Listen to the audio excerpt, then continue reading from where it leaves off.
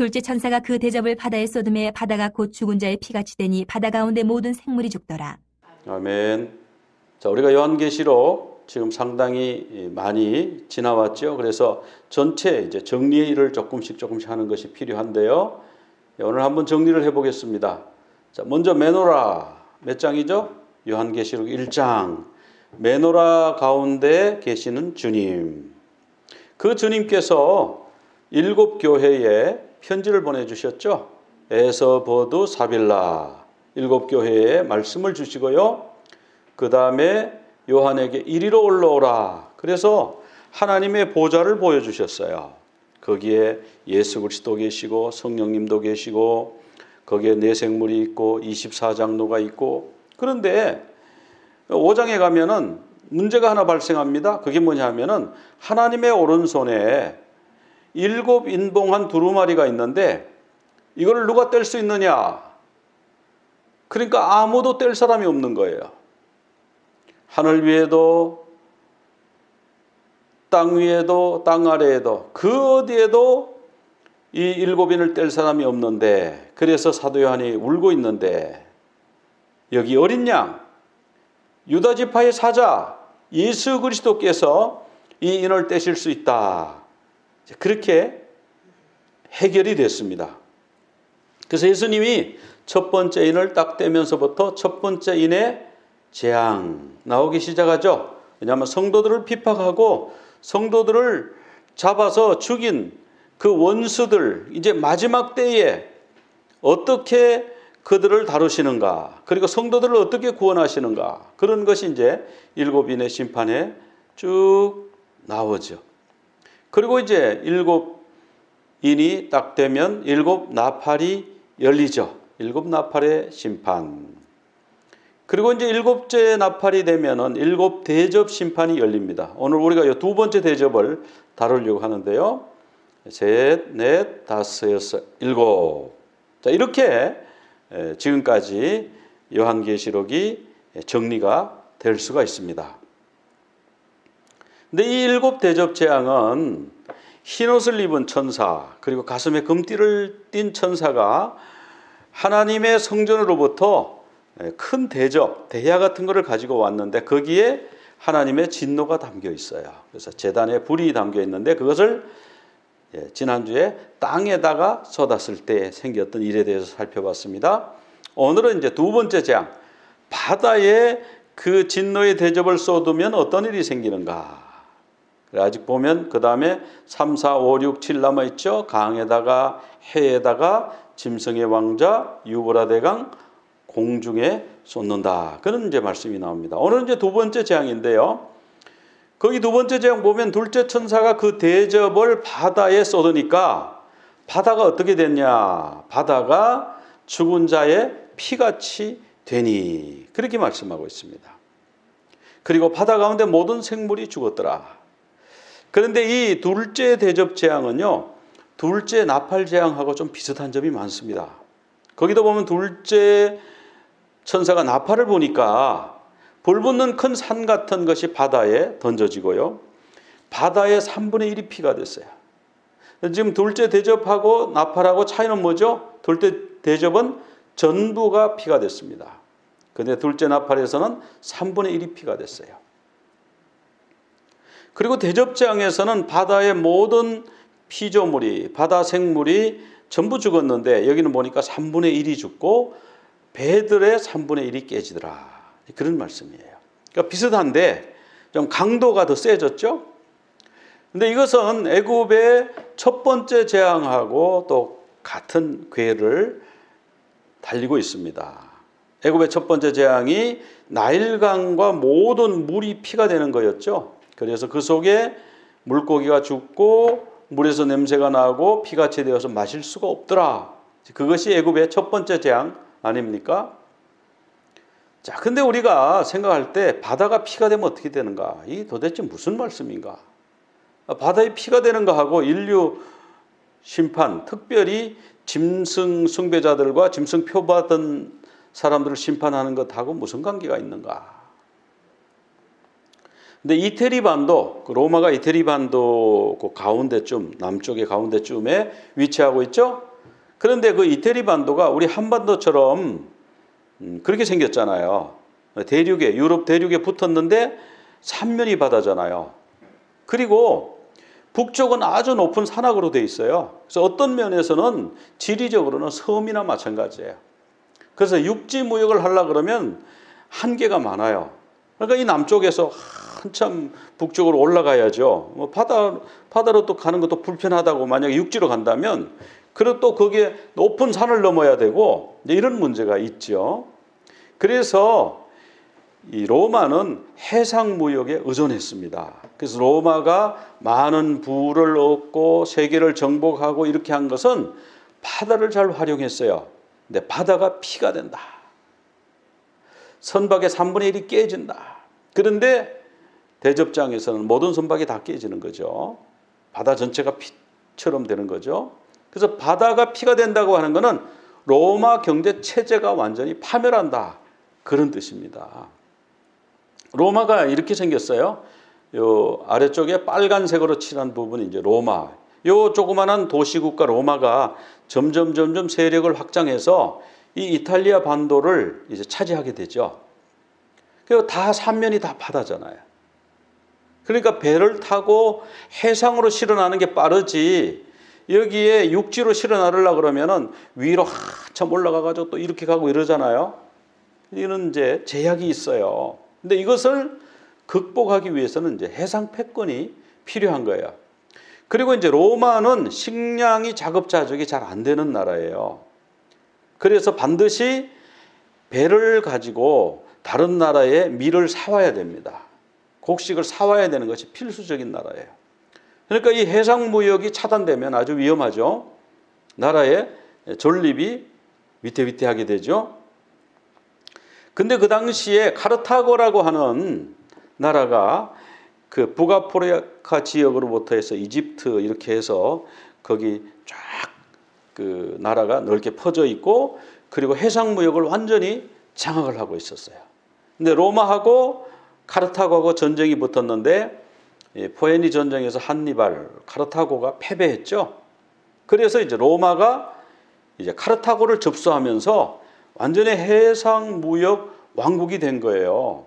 그 삼면이 바다, 북부 산악에 막혀 있는 긴 반도다 보니까 이 해상 패권을 잡지 않으면 로마는 세계적인 나라가 될 수가 없는 거예요. 그리고 군인을 보낸다고 해도 이집트에 군인 보낼 때 그 바로 앞에 배 타고 군인을 보내면 되는데 만약에 이집트에 군인 보내는데 육로로 돌아간다. 그럼 삥 돌아가서 몇 달 걸리겠죠. 그래서 로마는 이 해상 패권이 반드시 필요해요. 지금 우리 미국이 좀 로마하고 좀 닮은 점이 있어요. 미국은 유럽이나 아시아나 이런 그 대륙하고 거리가 멀리 떨어져 있습니다. 그러니까 멀리 떨어져 있으니까 무역을 하려고 그러면 육로로 뭘 실어올 방법이 없죠. 뭐 한국에서 미국까지 어떻게 육로로 갑니까? 그러니까 해상 패권이 중요한 거예요. 배로 뭘 실어 날라야 됩니다. 요즘 거기에 또 비행기가 있어서 비행기로도 실어 나르지만 비행기는 아무래도 큰 짐을 대량으로 실어가기는 힘들죠. 그래서 지금도 해상 패권이 굉장히 중요한데요. 미국이 세계 최고의 강국인 건 뭡니까? 해상 패권을 쥐고 있잖아요. 미국이 항공모함이 쫙 있잖아요. 그래서 그 군사력을 군인들을 항공모함으로 싣고 가서 그 위협 세력, 적대 세력을 딱 봉쇄할 수도 있고 그리고 그 뭐 배라든지 뭐 이런 것으로 물건을 우리 중국이라든지 뭐 한국이라든지 일본이라든지 이런 데서 가져오고 유럽에서 가져오고 또 팔고 해상 무역의 나라에 미국이 사실은. 그래서 이 모든 로마의 모든 미국의 모든 부는 거의 대부분 해상 무역에서 이제 얻어지는 거죠. 그래서 이 해상 무역, 지중해 이 패권, 해상 무역을 장악한 로마가 이제 부자가 되고 이 경제적으로 군인들을 키우고 전쟁에서 이기고 이렇게 제국이 커가는 거예요. 여기 이제 벽돌색으로 된 것이 바로 카르타고예요. 이 카르타고가 로마보다 훨씬 크죠. 뭐 굉장히 광범위한 지중해를 삥 둘러서 거의 다 차지하고 있지 않습니까? 그러니까 해상무역을 이 카르타고는 하지 않으면 또 카르타고 자체가 존재할 수가 없도록 지리적 여건이 그렇게 돼 있어요. 이태리는 또 이 해상 루트를 차지하지 않으면은 무역을 할 수가 없는 지금 그런 상황이죠. 그런데 이 이태리가 카르타고를 물리치고 결국 이런 제국을 만들게 된 것은 완전히 해상무역, 이 지중해를 장악하고 지중해를 통해서 이집트로 또 이쪽에 알렉산드리아 쪽으로 물류를 막 실어 나르고 곡식을 또 거기서 수입해오고 이렇게 했다라는 거죠. 만약 이태리에서 이집트까지 육군을 보낸다고 하면 생각해 보세요. 어떻게 가요? 그러면 뭐 저 북쪽으로 해가지고 저 마게도니아 그리스 위로 해갖고 또 뭐 흑해를 저기 돌아가지고 또 소아시아 터키 지역을 돌아갔고 이스라엘 쪽을 돌아가고 이렇게 온다고 생각해 보세요. 전쟁이 되겠는가? 세계를 지배할 수가 있겠는가? 그래서 로마는요, 이 해상무역 바다가 너무너무 중요했어요. 근데 우리는 주로 이제 로마의 육군이 강했다고 생각하는데 그 해상무역 아니면요, 그 강한 육군이 존재할 수가 없는 거예요. 그래서 이 강한 해상 패권을 가지고 있던 나라, 그래서 부강한 세계를 제패하는 나라가 됐는데, 자, 이 나라를 이제 바벨론과 같이 동격으로 지금 성경에서 계속 이야기하고 있거든요. 그건 어떤 관계인가 한번 찾아보겠습니다. 네, 두 번째 나팔을 불면 큰 불붙는 산 같은 것이 바다에 던져진다고 그랬잖아요. 그런데 이 불붙는 산 같은 게 뭐냐 하면은 바로 이 바벨론을 말하는 거예요. 바벨론의 이 지구라트라고 신전에 그 위에 이렇게 산 모양으로 만들어 놓고 그 올라가서 그 위에서 자기들의 신한테 제사를 지내고 이제 그랬지 않습니까? 근데 이 산, 이 불탄 산, 바벨론을 불탄 산이라고 성경에 나옵니다. 그러니까 불이 붙는 큰 산. 예레미야 51장 24절에 보면은 그 시온에서 모든 악을 행한 대로, 그러니까 유대인들, 지금으로 말하면 성도들을 핍박한 대가를 바벨론에게 갚으신대요, 하나님이. 그러니까 지금 계시록 주제하고 지금 같은 겁니다. 그래서 51장 25절에 가면은 온 세계를 멸하는 멸망의 사나, 그 바벨론의 이름이 멸망의 사나, 너를 불탄 산이 되게 할 것이니, 여기 불탄 산이 나오죠. 이것이 계시록에 가서 불붙는 큰 산, 그것이 바다에 빠진다, 그렇게 되어 있습니다. 자, 이 산이라는 것은 바벨론을 말하는 거예요. 또는 로마도 7 산 위에 앉았다 그러고 시온도 시온산 뭐 그러지 않습니까? 그리고 이제 두 번째 천사, 우리가 지난주에 세 천사에 대해서 살펴봤잖아요. 세 천사의 메시지 중에 두 번째 천사의 메시지가 바벨론 멸망 선포입니다.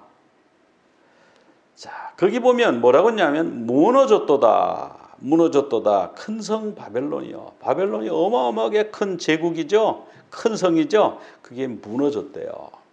그럼 그 바벨론과 로마는 어떤 관계인가? 베드로전서 5장 13절에 보면은 택하심을 함께 받은 바벨론에 있는 교회. 바벨론에 무슨 교회가 있는가? 그래서 어떤 주석가들은 바벨론에 실제로 교회가 있었다 이렇게 보는 분도 있어요. 근데 여기서 보면 이 바벨론은 실제 바벨론 그게 교회가 있었다는 것이 아니라 로마를 바벨론이라고 부른 겁니다. 그리고 마가가 바벨론에 같이 있었다 그러는 거잖아요. 마가도 함께 문안한다. 마가도 같이 있는데 그럼 여기 어딘가? 마가가요, 로마에 있었어요. 초대교회는 로마를 바벨론이라고 불렀고요. 또 베드로가 말년에 로마에서 선교하다가 거기서 죽었죠. 순교했죠. 마가도 로마에 있었다는 기록이 몇 군데 나옵니다. 그러니까 지금 여기 바벨론이라고 하는 것은 로마를 말하는 거예요. 로마나 바벨론이나 신약 성경에서는 같이 치는 겁니다. 그러니까 바벨론하고 로마의 비슷한 점이 BC 586년에 바벨론이 예루살렘 성전을 회파했습니다. AD 70년에 로마가 예루살렘 성전을 회파했어요. 예루살렘을 포위하고 예루살렘 성전에 불을 지르고 회파한 세력, 바벨론, 그리고 로마, 같은 세력으로 보는 거예요. 그럼 이것이 과연 성경적 근거가 있는가? 한번 살펴보겠습니다. 이 바벨론의 시작은 언제냐 하면요, 바벨탑이에요. 니므롯이 바벨탑을 쌓았죠. 근데 이 바벨탑하고 바벨론하고 다르지 않느냐? 같은 겁니다. 창세기 10장 10절을 우리 성경에는 신할 땅의 바벨이라고 그랬는데 NIV 성경에 보면, 영어 성경에 보면은 바빌론이라고 이미 딱 그렇게 표현하고 있어요. 그러니까 니므롯이 세운 것이 바빌론이에요. 창세기 11장 2절에 가면은 이제 그 탑을 세우죠. 바벨탑을. 근데 그 이름을 바벨이라고 지었는데, 이 바벨론은 하나님을 대적하는 것을 말해요. 하나님을 대적하고 하나님의 백성을 박해하는 세상 권세가 바벨론인데요. 노아의 고손자죠. 노아의 고손자 니므롯이 바벨론을 세웠어요. 그것이 나중에 바벨론 제국이 되고, 그리고 메대와 바사가 되고, 그 다음에 그것을 그런 영적인 하나님을 대적하는 그런 어떤 영성을 헬라가 계승하고 로마가 계승하고, 그리고 마지막 시대, 우리 마지막 시대에는 용의 제국이 계승할 것이다. 짐승의 제국이 계승할 것이다. 그렇게 보는 거예요. 그러니까 그 로마 시대의 여러 가지 역사적 정황으로 계시록을 푸는 것은 좋은데, 그때 이미 끝났다 이렇게 해석하는 것을 과거적 해석이라고 그러잖아요. 여러분, 성경이 그때로 끝난 게 아니에요. 다니엘이 예언한 것을 예수님이 다니엘 시대로 끝났다 그러지 않으시고, 다니엘의 예언한 그 멸망에 가정한 것이 선 것을 보거든, 그렇게 말씀하셨거든요. 그러니까 하나님은 그때 이런 패턴으로 미리 보여주시고요, 그 마지막 시대에 그 일을 또 하십니다. 그럼 이 바벨론은, 이집트가 역시 바벨론과 같은 계열에 서 있는 나라죠. 아멜록도 바벨론 계열이죠. 하나님을 대적하는 나라였죠. 에돔도 그랬죠. 자, 그래서 인류 역사는 뭐냐면은 바벨론 세력과 시온 세력의 전쟁이에요. 사단의 세력과 하나님의 백성 간의 전쟁이에요. 인류 역사는 그렇게 나뉘어집니다. 에스겔 29장에도 보면은 바벨론 멸망에 대한 이제 선언을 하기 시작하는데, 29장 3절에 보면은 이런 말씀이 나와요.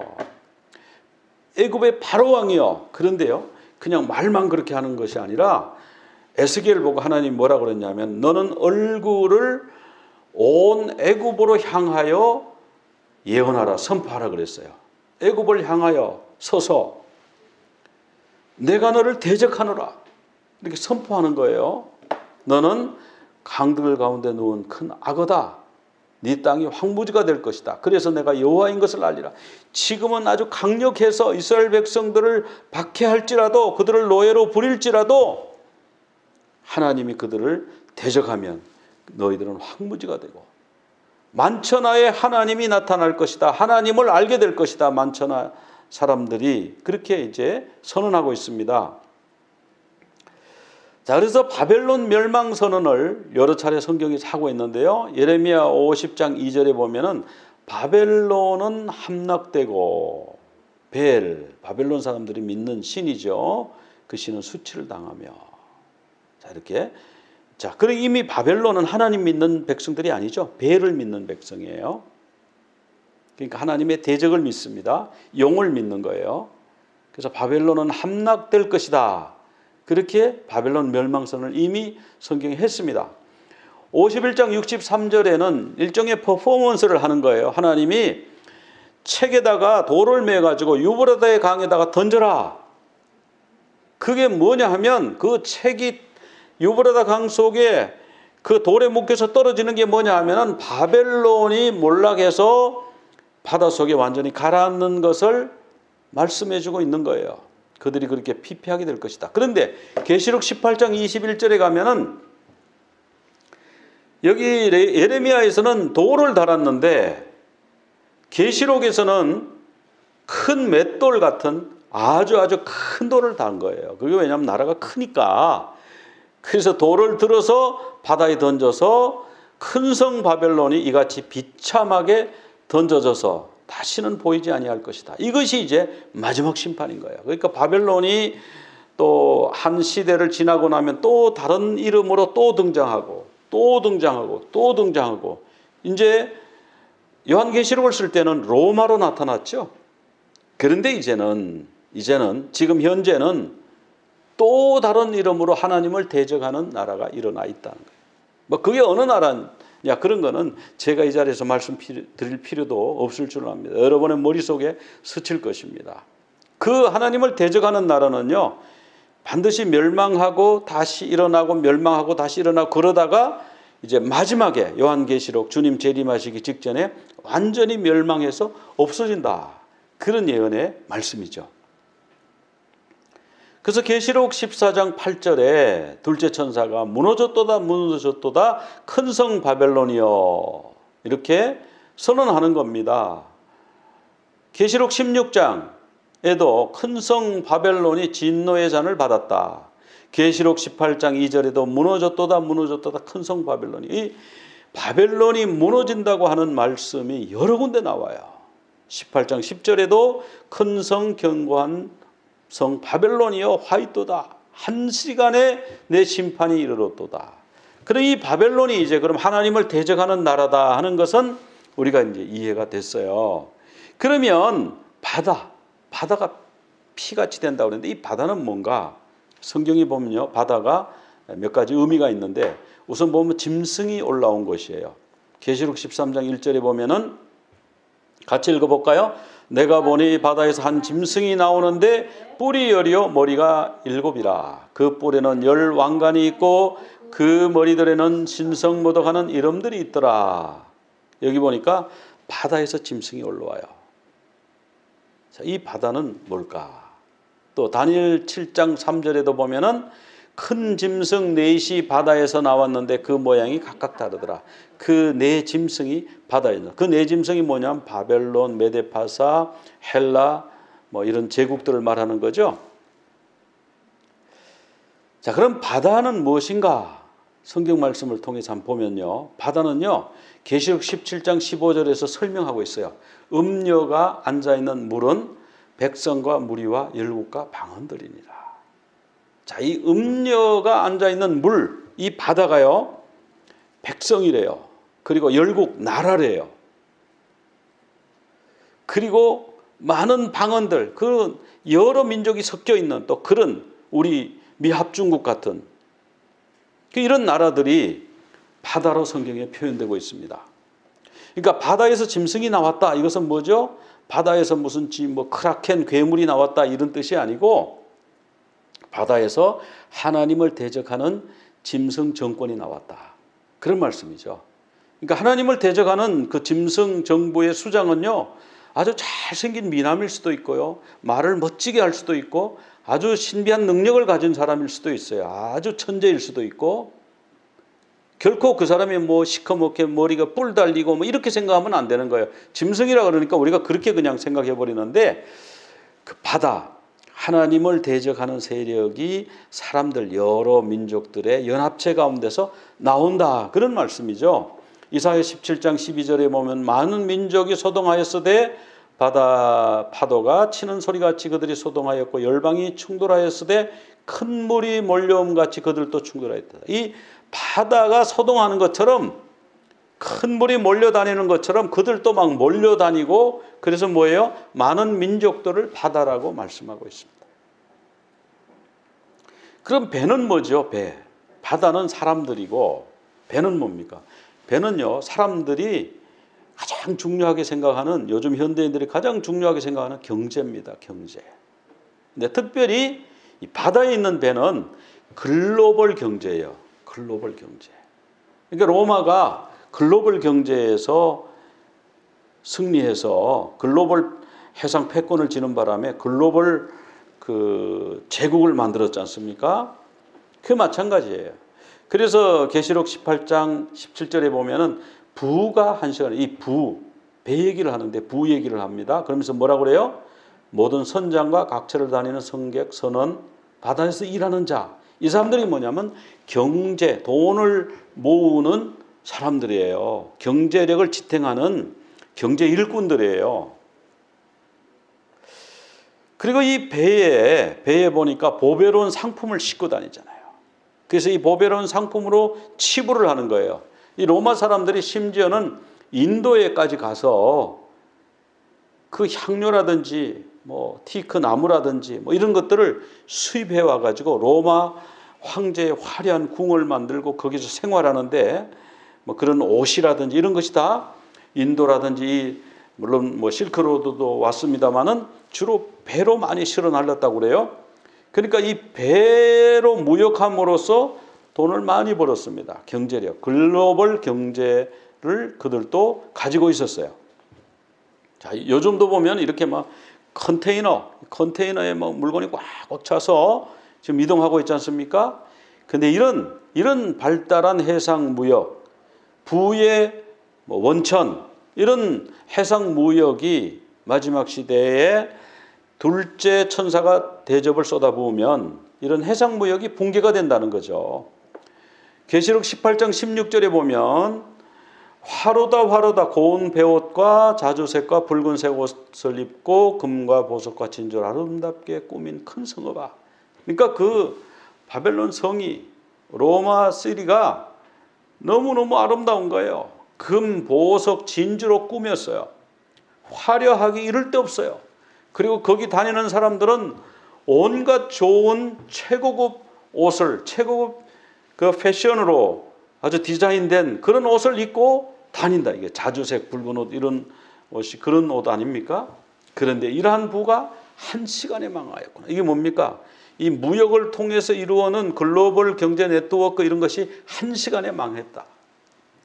그리고 그들이 그 불타는 연기를 보면서 이 큰 성읍 같은 곳이 어디 있겠는가 그렇게 외쳤다는 거죠. 그리고 그들이 울면서 화로다 바다에 배를 가진 모든 자들이 보배로운 상품으로 치부하였던 큰 성읍아, 그 성읍이 한 시간에 망하였구나 그렇게 말씀하고 있어요. 이 해상무역의 붕괴를 말씀하고 있죠. 그러니까 이 둘째 대접 바다에 피가 됐다는 거, 피가 막 바다에 해가지고 해상 생물이 모두 다 죽는다 뭐 이렇게 해석할 수 있지만, 그러나 이 성경의 앞뒤를 잘 보면 이 해상 무역을 통한 글로벌 경제 네트워크가 무너질 것을 얘기하고 있죠.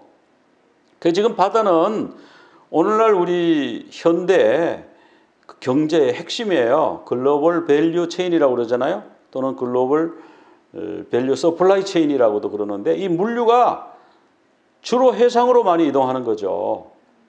그래서 로마 경제는요, 육상으로는 별로 이동할 수가 없어요. 그 북쪽에 높은 산이 있고 거기 좁고, 그래서 주로 거의 해상으로 다 수입을 했습니다. 수입하고 수출했는데 주로 공유, 먹는 양식 같은 것도 해상으로 다 실어왔어요. 그런데 이것이 깨지면 당장 먹고 사는 게 어렵게 되겠죠. 그 두 번째 나팔은 글로벌 경제가 타격을 입는데 3분의 1만 입는다. 그러니까 지금 우리 코로나 팬데믹으로 글로벌 경제가 타격을 좀 입었죠. 근데 완전 붕괴는 아니에요. 상당히 타격을 입었어요. 아직 3분의 1까지는 안 된 것 같아요. 뭐 한 4분의 1쯤 그렇게 크게 타격은 입지 않았는데 어쨌든 입었어요. 이거는 앞으로 더 타격이 클 수 있다. 그런 재앙이 올 수가 있다. 그런 것을 우리가 말씀을 통해서 미리 한번 예견해 볼 수가 있고요. 근데 이 두 번째 나팔 대접이 시작이 되면 글로벌 경제가 완전히 붕괴한다고 그랬어요.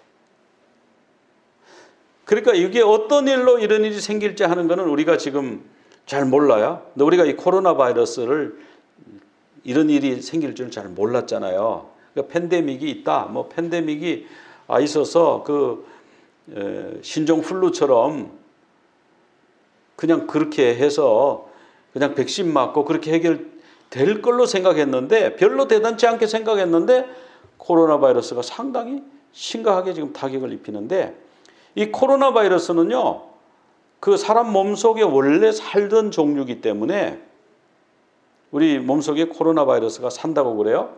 그러니까 우리 몸이 잘 대응을 잘 할 수가 없는 거예요. 원래 살던 그건데 친숙한데 이게 사람을 죽인다?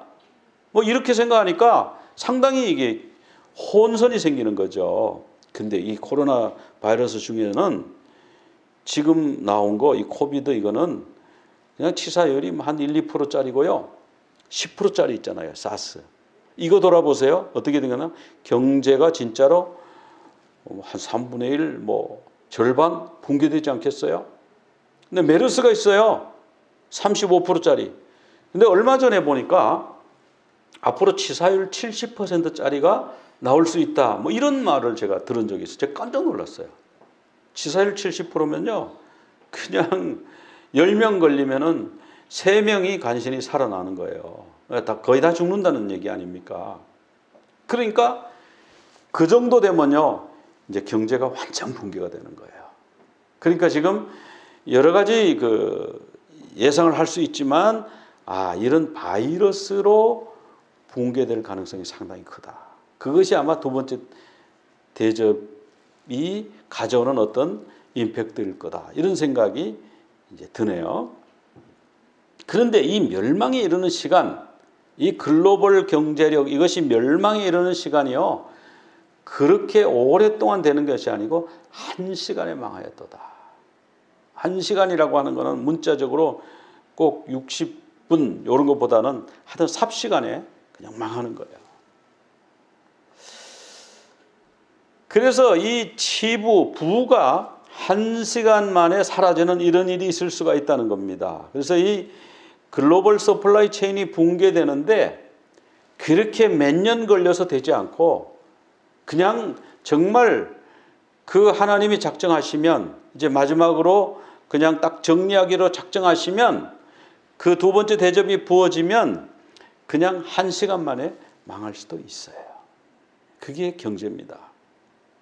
그래서 두 번째 나팔은 누구에게 내려졌나? 왜 내려졌나? 하나님을 대적하고 성도들을 핍박하는 나라, 이런 글로벌 서플라이 체인이 그냥 멸망하는 건데 그냥 쇠퇴예요. 그런데 두 번째 대접은요, 완전히 그것이 붕괴되는 것을 말하잖아요.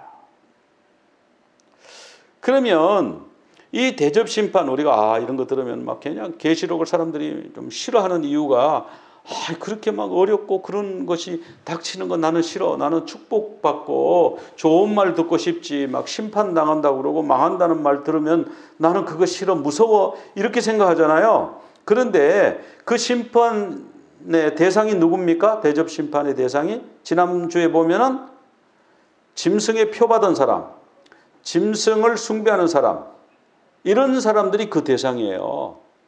짐승에게 절하고 짐승의 우상에 절하고 짐승의 표를 받은 사람에게 몸에 종기가, 악하고 독한 종기가 났다고 그랬어요. 고센 땅에 있는 이스라엘 백성들이 보호받은 것처럼 성도들은 여기 들어가지 않습니다. 여기에 들어갔다는 얘기는 뭐냐 하면은 그 사람 구원 못 받은 사람이에요. 그 사람들은 그냥 남은 사람이에요. 근데 이 심판, 대접 심판은 짐승의 세력에게 자기의 영혼을 판 사람, 짐승의 세력을 자기들의 하나님으로 믿고 있는 사람, 진정한 하나님을 찾지 않고 거부하고 대적하는 사람, 그 사람들에게 내려지는 겁니다. 근데 그들은 어디로 갑니까? 최후의 불못으로 가게 되죠. 이제 그것은 다음에 계시록에 이어서 계속해서 나오는데, 그러니까 우리가 이걸 두려워할 게 아니고, 그러나 우리가 준비를 해야죠. 두려워하지는 않지만 준비를 해야 돼요. 지금 경제적 붕괴가 오는구나. 그래서 지금 벌써 코비드로 상당히 경제적 붕괴가 왔는데, 미국은 그나마 코로나 바이러스가 심해도요, 그래도 살아갈 지금 방법이 있지만, 지금 정말 양식도 없고 기근에다가 여러 가지 전쟁에다가 이런 나라들이 있잖아요. 그럼 그 나라 정말 어려워지는 거죠, 점점. 이럴 때에 우리는 마지막 시대가 왔구나. 주님이 재림하실 때가 가깝구나. 우리가 주님께 들려 올라갈 때가 가깝구나. 우리가 그렇게 준비하면서요, 이 말씀을 통해서 그 신부가 자신을 위하여 준비하였다. 그런 말씀이 나와요. 준비된 신부가 다 되기를 간절히 축원합니다. 우리 기도드리겠습니다. 하나님 아버지, 둘째 천사가 대접을 바다에 쏟으니까 바다가 피가 되었다고 그랬습니다. 바다의 모든 생물이 죽었다고 했습니다. 하나님 아버지, 로마가, 바벨론이, 지금 현재 이 미국이, 중국이, 유럽이 다 바다 무역으로 먹고 사는 것을 봅니다. 바다를 잡는 나라가 세계를 제패하는, 세계 패권을 가지는 것을 봅니다. 하나님 아버지 이 둘째 대접이 바로 이 패권을 무너뜨리는 경제의 그 동력을, 경제의 그 힘을 끊어버리는, 힘줄을 끊어버리는 그와 같은 일인 것을 오늘 말씀을 통해서 저희들에게 알려주시니 감사합니다. 주님, 우리 믿는 자들이, 주님의 신부로 준비되는 자들이 자신을 위하여 주님을 기다리며 준비하는 귀한 지혜를 얻을 수 있도록 주님 도와주시옵소서. 시대가 지금 변하는 것을 보면서 주님의 분별력을 주시옵소서. 주님의 지혜를 주시옵소서. 예수 그리스도 이름으로 기도드리옵나이다. 아멘. יברכך אדוני וישמרך יאר אדוני פניו אליך והוניקה יישא אדוני פניו אליך ויעשה לך שלום ויעשה לך שלום